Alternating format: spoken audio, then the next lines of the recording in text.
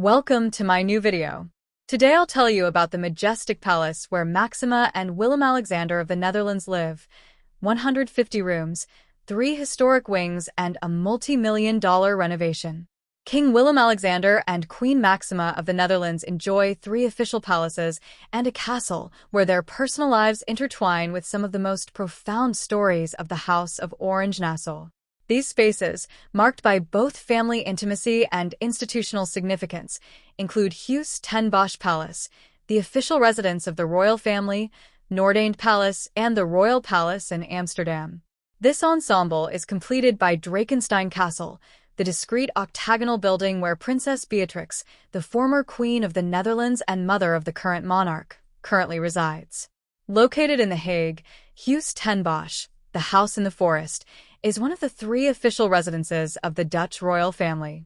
A special place for the House of Orange-Nassau, it became the setting for the Queen's 55th birthday celebration on Sunday, May 17th.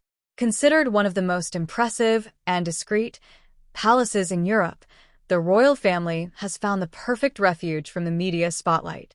Nestled in the Hague's Bos Forest, its architecture features stately rooms, unique memorabilia, and sophisticated security measures designed to protect the king and queen, as well as their daughters, Princesses Amalia, Alexia, and Ariane.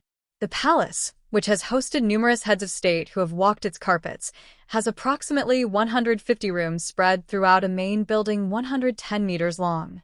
All of this is organized into different wings that shape the daily lives of the king and queen of the Netherlands. The historic building is divided into 3 main sections, including the private wing, Wassenaar Room, where the royal family carries out its daily life and which consists, according to the royal house itself, of multiple private bedrooms, family suites, bathrooms, dressing rooms, kitchens for daily use, a family dining room, and private recreation rooms. Another highlight of this 17th century building is the state rooms, the heart of the historic palace dedicated to official state functions. Among them are the Orange Room, with vaulted ceilings covered in 17th century paintings, the Grand Ballroom, used for gala dinners and major institutional events, the Chinese Room, the Japanese Room, and the DNA Room. The latter is particularly striking after its 2019 renovation, featuring walls adorned with an interactive artwork made of bricks that symbolically represent the genetic sequences of the king and queen. Finally, there is the working wing, located at the opposite end from the family wing, and known for housing the offices and personal residences of the king and queen, as well as a large royal library. This space, rich in detail, also includes apartments for honored guests and foreign heads of state during their official visits.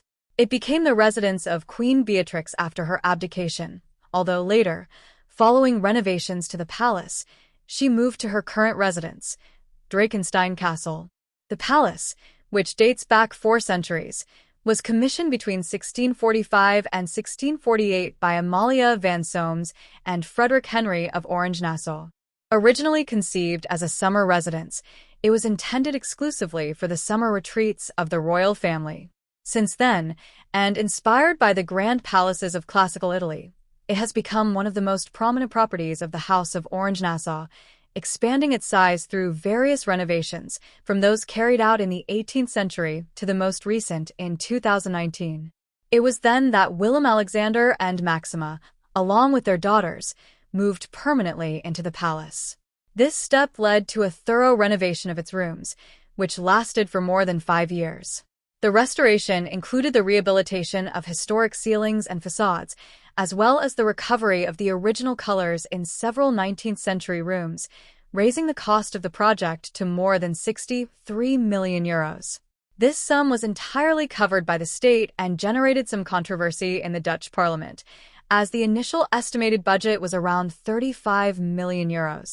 Surrounded by a lush forest, the palace maintains intact the essence with which it was conceived centuries ago, a refuge designed for the rest and privacy of those who reign over the country. I hope you enjoyed this video. I'll be grateful for every like, comment, and especially subscription.